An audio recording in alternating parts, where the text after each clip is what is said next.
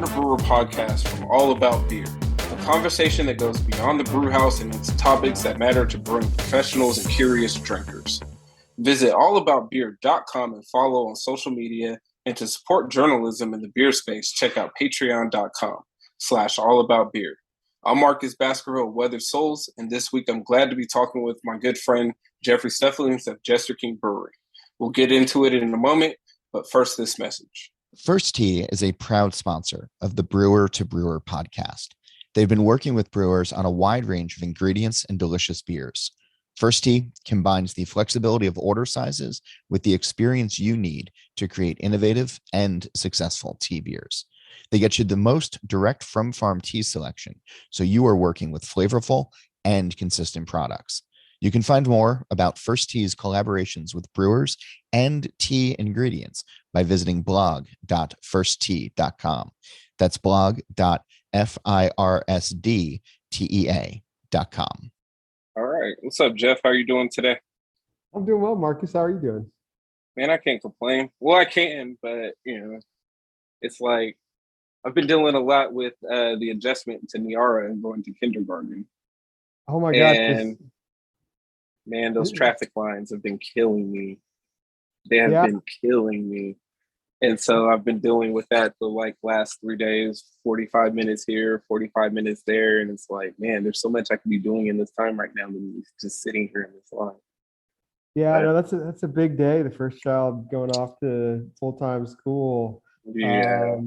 I remember my kids going off to, kindergarten, and it was a lot. I mean, we still had one that was still at home, and, so still had, my son, in diapers, but that was a big deal seeing your firstborn become like a small person, going to school full time. So I remember that actually being a big milestone. So that's crazy. You're going to do that right now. Yeah, it's interesting. But before we get into our conversation, it's funny because me and John were talking off camera, and he was asking me a question like, is it still important to be a fan of, individuals in the brewing industry? And I was telling him, of course, right? Mm-hmm. But even then, I was giving him the story about how me and you became friends. And the fact that it's crazy to go from being, somebody that's home brewing, to showing up, sitting in the weathers to get, beer and all hyped about it, being that type of fanboy about going into certain beers you were making and stuff like that, to, getting you to try my home brew, to, you taking on that kind of mentorship aspect and answering any questions I needed, to that becoming a friendship. So I just want to say I appreciate that. It's crazy how you can look at going from one aspect to having somebody that you looked up to or still look up to in the industry becoming one of your good friends. So like I said, I definitely appreciate that. Oh, well, I appreciate that as well, Marcus. And like I texted you the other day, I got the most thoughtful. I know you're already laughing, man. I got the most thoughtful voicemail from your dad, Everett, who lives in Sacramento, and just saying thank you for being a positive influence on Marcus and his brewing career, and for which, number one, I think I've done very little, but I'm nonetheless very flattered by that. And I played that for my wife, and she's just like, man, that's cool, that, in little small ways we were able to help each other and make a difference in other people's lives. And I mean, that's the cool part about, I think, this industry, is it's not just all dollars and cents. There's a big personal element to it as well. And yeah, that's true. Man. I mean, I told him I'm getting rid of all his phone numbers, anybody in the industry after that. It was the sweetest voice message too. It was so thoughtful. It was so nice. Just like the name of one of the collaborations we've done, gosh, I don't know, probably 6 collaborations, something like that. Yeah, at this point, right? And one of them was, I think it was the first one was called First in Line, which was a reference to, I don't know, one of the atrial rubicite releases somewhere around 2014, 2015, something like that. And Marcus was the the first in line for that release.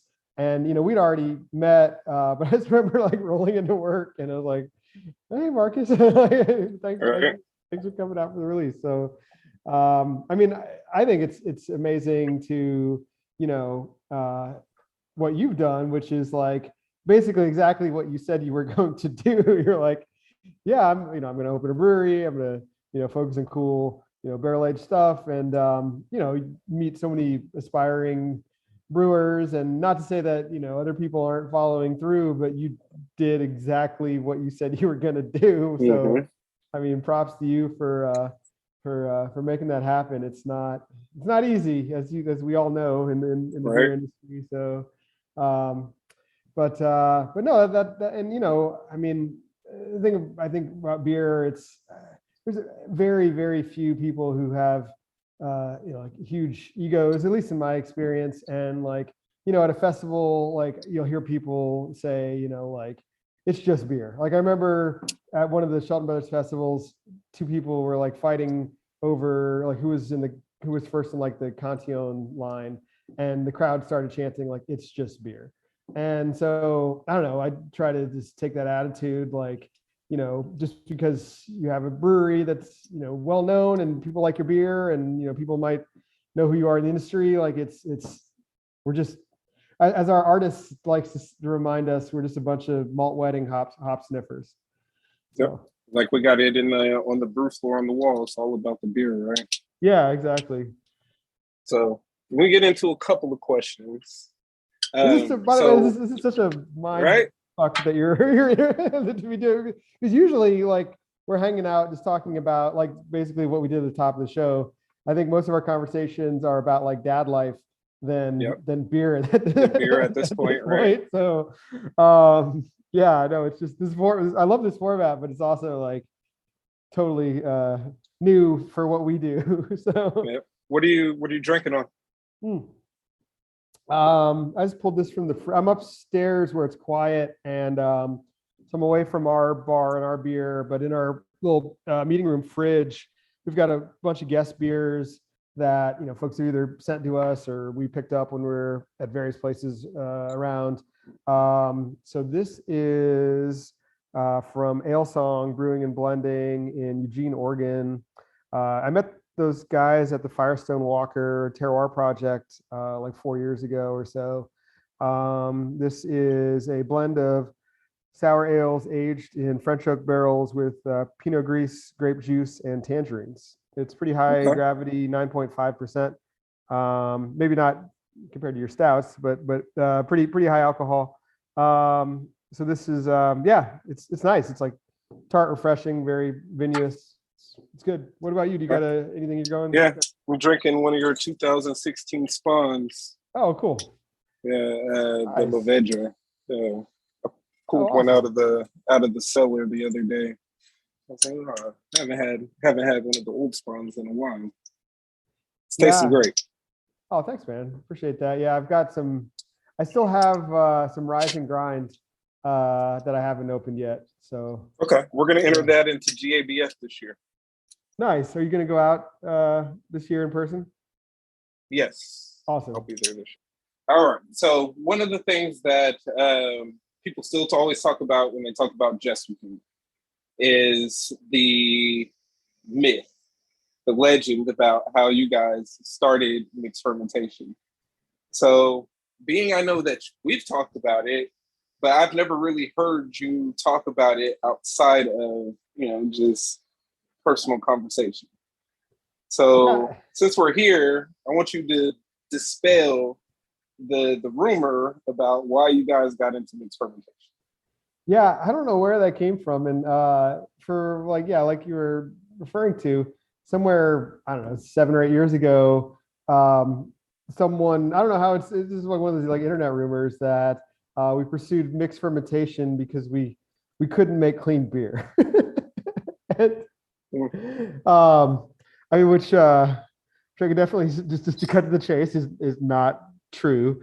We were inspired by breweries like Jolly Pumpkin. In fact, the first wild ale I ever drank was Jolly Pumpkin's Bam beer, when I was living in the Chicago area and could get beer from Michigan.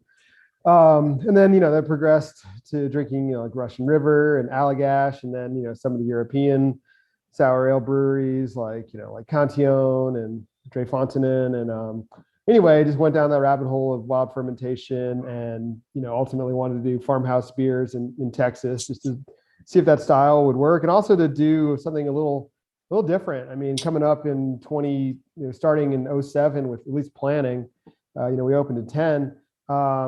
We had Live Oak making some really awesome German and Czech beers, and Real Ale doing like English and American styles. And really no one was doing farmhouse in the whole southern region of the country. There were, not to say like we brewed like the first barrel-aged wild beer in the South. We did not, but no one was really like making that their main focus, at least to my knowledge. So we wanted to focus on that. And to kind of like just get a little bit of money coming in the door when we opened, we did a few pure culture fermentations. We did a rye IPA called Witchmaker, an imperial stout called Black Metal, a dark mild called Commercial Suicide, and we still make those beers today. But then at some point we decided to just like do 100% wild beer.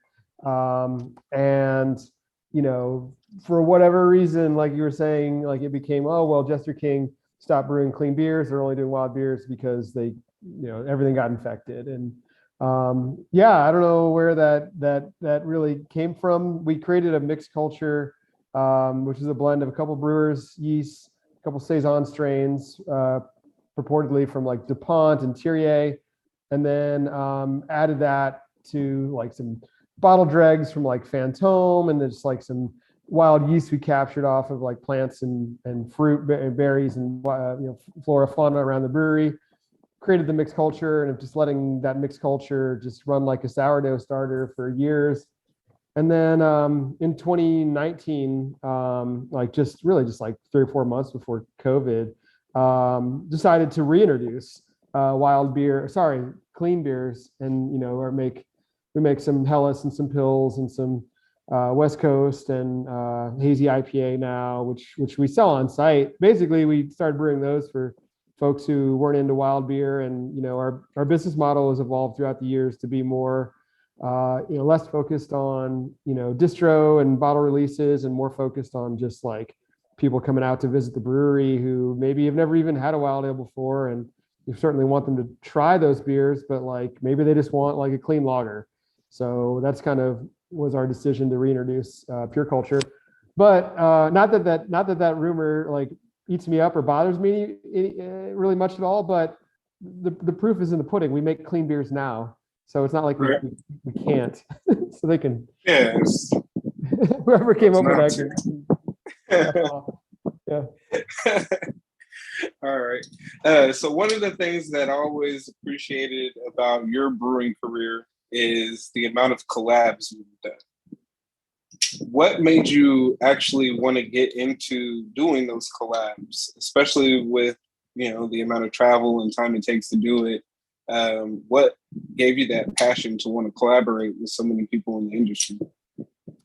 I would say a couple reasons. In no particular order, like the travel itself, seeing new parts of the world, meeting new people, the people getting to basically talk shop, collaborate, develop friendships with people in other parts of the world.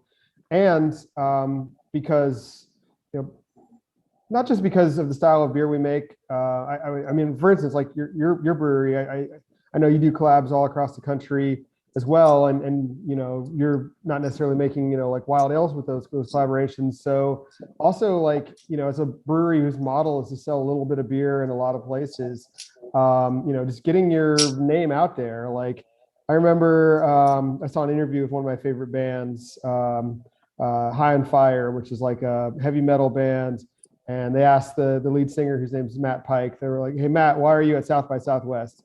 And he said, like, "Well, I'm just reminding people that we're still alive."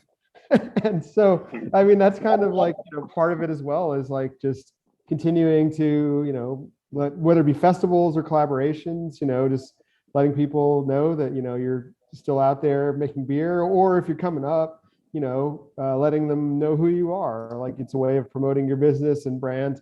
But it's really all those things. It's not just, kind of that selfish promotion aspect. There's also, just like being able to like learn from each other. And that goes back to what I was saying before about, brewers being, I've worked in a couple different industries, and beer has been the least antagonistic, most friendly industry I've ever been part of. And, we'd come home from, for instance, like we'd go to like Side Project or Sante Adarius and like come home with all these cool ideas on like how to make beer, how to make our own beer better.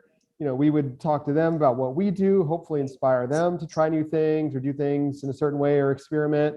As the industry evolved, it's been conversations not just about beer making, but conversations on, how to hopefully, run a business as well as we can, and things that we do to solve like the business problems that we all run into. So yeah, it's a good vehicle to learn. And then, I don't know, I've always had that, like I said, always had the travel bug as well. And, it's pretty awesome to like, be able to, meet and develop friendships with people all over the globe. It's an amazing thing about our industry. For me, I know like travel has become almost menacing for me. But I always have issues with my flights and different things like that. But even then, it kind of like took me out of home life. It's hard to travel when your significant other works, and then the kids have school, and all that type of stuff, and it makes it a situation where you're normally traveling alone, and then you're gone. I mean, at certain points, I was gone for almost 3 weeks out of the month type of thing, and I know you've done that as well. On your end, how did travel affect personal life? How did it affect health? How did it affect, because we know you also have taken a back seat recently from a lot of the traveling and collaborations and stuff like that. So what was the reason behind that? And kind of what were some of the downfalls of doing all of those collabs and some of the travel? Yeah, no, that's an excellent question, Marcus. Yeah, it was tough on my wife, tough on my kids. I had mainly like little babies when I was really doing like the, 2 events, if not like 3 events or collaborations per month. And I remember feeling almost like being like on tour. I remember we talk a lot of sports, and I remember I like one of the many sports I love. One of them's tennis, and I remember like a tennis player saying like, "Oh yeah, we're kind of like a traveling band. Like I see all these same faces, but in a different city at a different tournament." And that's kind of how it was with us with like beer events. Like we would see all our friends at different beer events all over the country, and that was a lot of fun. I mean, it did have this kind of like nascent kind of like this underground like punk rock industry that was starting to hit the mainstream a little bit, around like 2011 to 2015, where people, craft beer was kind of coming into, public consciousness. And of course you saw like big beer starting to kind of co-opt that a little bit the same way, like major record labels would, buy certain bands. And it was kind of this fun like wave we were riding. And, like I mentioned, meet all these cool people, go all these cool places, have all these cool experience, get to try all these cool flavors, whether it be from restaurants or breweries or bars or whatever. And, I don't want to say like it actually took like much of like a health toll, because I tried to do what like John Benoit would always do. Like I'd see him at the festivals every morning. He's in his Cantillon tracksuit, and he's out there like running 5 miles every morning. Oh, okay. Not drinking too much the night before. So I tried to emulate that. So like I don't feel like it like destroyed my health or anything. But to your point about family life, that was tough. And I do envy the situation you're in as like rising star, like young rock star brewer status that you've achieved, and props to you on that. I don't envy though trying to balance like little kids and the things you mentioned about kindergarten starting, your wife working, trying to balance all that. Like that is extremely hard. I kind of just, in consultation with, my wife and kids, decided to kind of pull away from going solo and not traveling quite as much. COVID coincidentally, kind of put a big pause on that anyway. But now that things are opening back up and you see, festivals everywhere again, which is great. Like I've pretty much said, like, I'm going to, either bring my family or just, send a lot of people here, Jester King, who I very much trust to represent us, send them out. Our friend, Yepa from Evil Twin, every beer event I've ever seen him at, he usually has his wife and kids with him. So I'm trying to kind of like take that model a little more as well. And then, admittedly, and I don't know if this is being like, overly personal, but like when the kids were like little babies, I didn't feel as bad about, stepping away.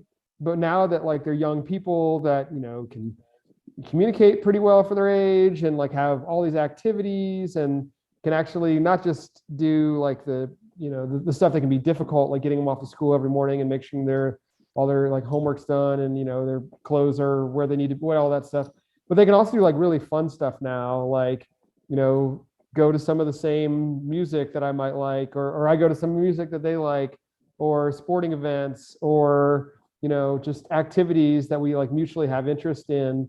Like I remember seeing an interview with the actor Rob Lowe, and the interviewer was like, "Hey Rob, what are you into?" He's like, "I'm into spearfishing." Like, "Why are you into spearfishing?" He's like, "Well, that's what my 12-year-old son is into right now." So, kind of taking that attitude. So it's basically been like, as much as I love the industry, like I feel like these are years that I just like cannot miss. For the benefit of my kids, but also for very selfish reasons. Like I mean, everyone's different, but now that my kids are like real people age and not like little baby age, it's become so much more fun. Yeah, I've had to take somewhat of a backseat when it comes to certain events and stuff, and like weigh out, is it really important for me to be there? If not, then more than likely I'm going to say no at this point, or I have other obligations, because it became hectic. I mean, even to the point like there was resentment in the household, and the kids, you come home and then the kids are like, "I want mommy," and it's like, wait a second, like daddy's home now. Like, what do you mean? So we had to go through that whole thing, and it was a huge reality check for me. And so I've had to kind of, limit some of that travel a little bit, and kind of gauge what's more important here and there. But then even then, I guess Charlotte's about to open soon, so that travel's about to kind of open back up again. But, hopefully, Yeah. I've always had that conversation kind of like, this is for the betterment of the family, right? Like, I'm doing this for a reason. I'm doing this to get us in a certain place financially, get us in a certain place socially, whatever the case may be. But it's all for a reason. So just give me a few years to get it together. Give me my 10-year plan. We're on year 6 right now. I think we're doing okay for the 10-year plan, and then kind of gauge it from there. But we're going to take a short break for this message and then come right back for more of this conversation with Jeffrey Stuffings of Jester King. First Tea is a proud sponsor of the Brewer to Brewer podcast. They've been working with brewers on a wide range of ingredients and delicious beers. First Tea combines the flexibility of order sizes with the experience you need to create innovative and successful tea beers. They get you the most direct from farm tea selection, so you are working with flavorful and consistent products. You can find more about First Tea's collaborations with brewers and tea ingredients by visiting blog.firsttea.com. That's blog.firsttea.com. We're back. All right. So let's see what other questions I have for you, Jeff. I had a slew of a few good ones. Certain things that I've never really or we've never really talked about. And so John was like, "Oh, do you think you can have a good flow for the conversation of how you want things to go?" And I'm like, I'm pretty sure me and Jeff can find out a couple of things to talk about. Oh yeah, man. So you've done some real obscure styles over the course of the years.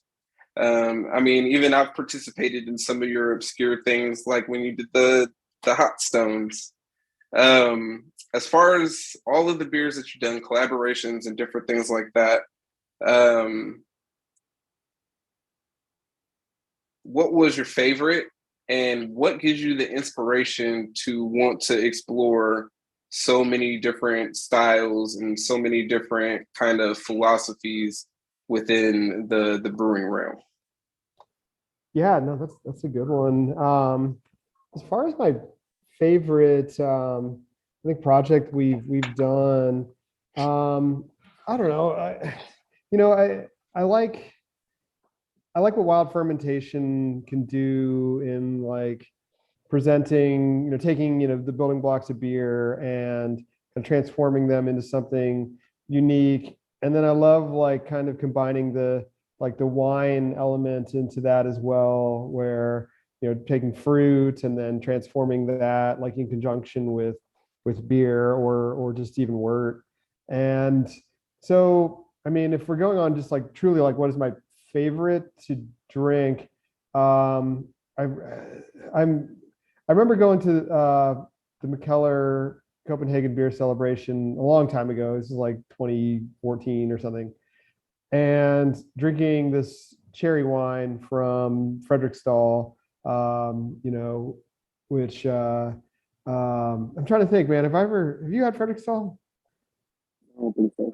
Okay, next time I see you, I'll open a bottle. But it's, I don't know. Just speaking of like just terroir in fruit, there's something about where their cherries are grown or how they're grown, or I don't know what it is, but it's like the most expressive, delicious like cherry flavor I've ever experienced. And like, so taking some of our beer and then re-fermenting it with their juice, just created a beer that, like, if I had one beer of ours to drink, it would be that one, just because the flavors are just so delightful. And then, I mean, you asked kind of favorite, but then there was another piece to that. Remind me. Yeah, what made you? What was your inspiration for getting into some of the obscure styles that you've gotten into over the course of the years? Like, what's kind of propelled you to want to dive into so many different philosophies when it comes to the brewing styles? So, it was getting into beer. So I'm going to go into the Wayback Machine to answer this question. Like getting into beer, or making the transition from like macro beer, like my go-to beer when I was a macro beer drinker was Natty Light. And then getting into craft beer, I was living in Boston at the time. And up in Boston, it's one of, Dogfish Head's bigger markets. And, drinking beers like first, 60 Minute, and then progressing in stuff like Raison d'Etre and Midas Touch. And I became like really infatuated with their beers. And then as I learned more about their brewery, I kind of saw this like, Sam Calagione had written the book. I think it was called no, that was Mosier. I think it was Extreme Brewing. And like in looking at like going, deeper into like, internet chatter about beer, it seemed, I think it was like almost this like false rivalry set up where it was like, it was like Garrett Oliver versus Sam Calagione, and Garrett Oliver was representing like, like traditional brewing, traditional styles.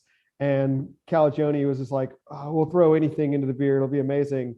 And I gravitated towards that like extreme brewing side, even though you asked me today and like I trend more Oliver. I'm getting, old and more set in my ways, but again, I think it's a little bit of like a false dichotomy as well.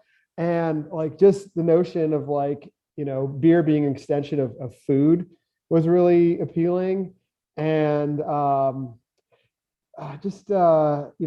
then also getting into seeing like how different cultures like created flavors, like maybe I don't know if it's the weirdest beer or the most experimental, but like I remember reading another book, Radical Brewing by Randy Mosier, and I read about Gotlandstrika, essentially like Viking beer from the island of Gotland off the coast of Sweden, and how historic brewing practices like the malting techniques were so rudimentary that, all beer essentially would have been smoky from the malting fires. And then, maybe you didn't have hops from Central Europe. You had, other types of herbs like sweet gale, to bitter the beer. And so like brewing a beer with like smoky malt and like herbs, and then wild fermentation on top of that was really appealing. And so, and then discovering like these little farmhouse traditions from other parts of the world, whether it be like, like chicha from Central and South America, or like Estonian or Latvian farmhouse beer, obviously like Franco-Belgian farmhouse beer, Nordic farmhouse beer, like all of these like kind of weird esoteric fermentations using like just, bizarre brewing equipment, like hollowed out logs and, smoky malts and all kinds of brewing herbs and spices, which is kind of fun. And that was kind of like that extension of cooking and going back to kind of like, just I had this like anti-classic style mindset for way too long, where like nowadays I'm like, oh man, like someone executed a really good dark mild, like they're the best brewer, So anyway, so yeah, it was just like, riding that kind of like experimental beer train and really wanted that for that place and time from like 2007 to 2000, I don't know, 14, like that's just was my jam. And it still is to an extent, even though I've become a little bit more of a classicist. I think I've kind of gone that route over the last couple of years too. Our beers are becoming less sweet. Like we're putting more lagers on tap. We're starting to dive into some other little styles here and there. Like we just did our first Marzen a couple of weeks ago, or even our brewers. I mean, we did the English pub ale. Like when they were like, "Hey, we're gonna do a pub ale," I was like, "A pub ale, really? Okay, why not?" I think if they would have said that a couple of years ago, I probably would have been like, "Hell no, we're not gonna waste a tank on a pub ale." But it's been doing really well on tap too, so that's the extra bonus. So you've expanded into wine, expanded into, I mean, even hemp, exploration of ingredients, grown on your farm, and etc. What's next for your guys' location, and where do you kind of see the synergy of all of these different things that you're doing within your brewery, kind of unifying into one thing?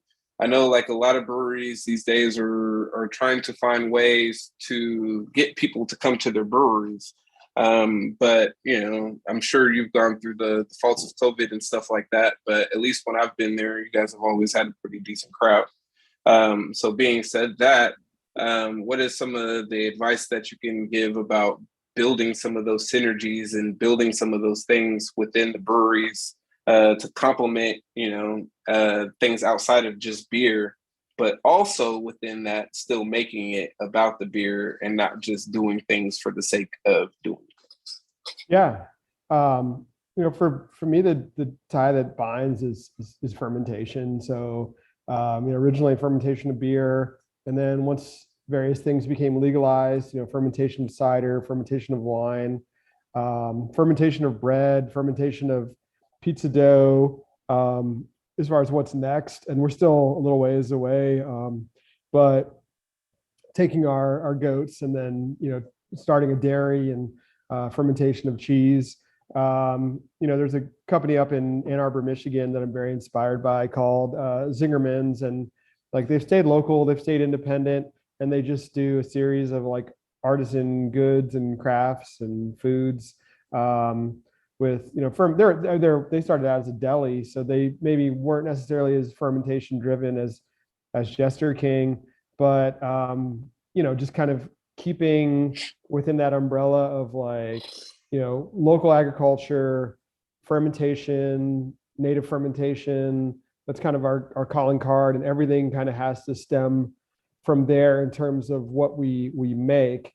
In terms of kind of like building out other things that kind of support that or kind of attract people to that. I would say that's largely driven by like our people. Beer. I wasn't the one who came up with this phrase, but like beer is people, beer is community. I think it's the most social beverage in the world. So what do I mean by that, or what can that translate into? Not all of the things that bring you out to Jester King are directly beer related these days, or agriculturally related. These days we find that like public events have been hugely impactful.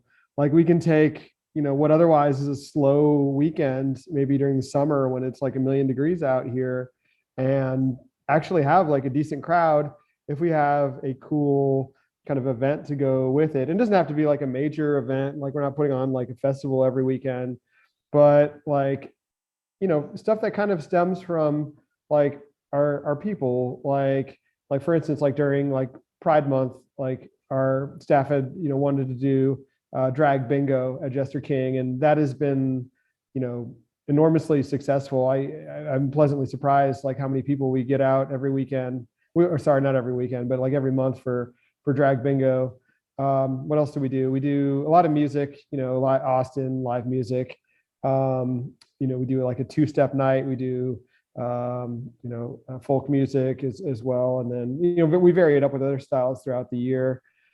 And then yeah, and then I think larger events too. So like if you ask me like what is still like moving the needle with like, I mean, the beer releases matter, and it has to be driven off of really everything has to start and end with beer. But like the public events are kind of what becoming a little bit of like a tie that binds. And if you ask me like what would you be proud of, is kind of like the legacy of Jester King. I mean, yes, doing experimental things and making beer that's tied to the land and experimenting with fermentation is important, but like being like part of the cultural fabric of our city is pretty key. I mean, we live in a world where there's so much uniformity. Like food systems are largely uniform, entertainment can be very uniform, no matter where you live. So to have something that is like unique, that someone can say like, oh, I live in Austin, why is Austin, if not better, at least like different than other places? They can point to, amongst other things, like a place like Jester King, and be like, that is singular to here, that only exists here, is part of our cultural fabric. That's what we aim for. Nice. But I love to thank you, Jeff, for coming on today and chatting with me. It's been an absolute that was pleasure. Too short. That was quick, man. All right. I feel like we could talk for a couple of hours, and I don't want to take it that far. Oh, I don't know if John would appreciate. I don't know if John would appreciate that. But Jeffrey will be back. I mean, you will be back next episode on the show as the host, and having a conversation with a brewer of your choosing. That will be on air in 2 weeks. So make sure that you guys tune in for that. Visit allaboutbeer.com and follow on social media. And to support journalism in the beer space, check out patreon.com/allaboutbeer. Marcus Baskerville, Weather Souls Brewing. Cheers, everyone. This episode was brought to you by First Tea.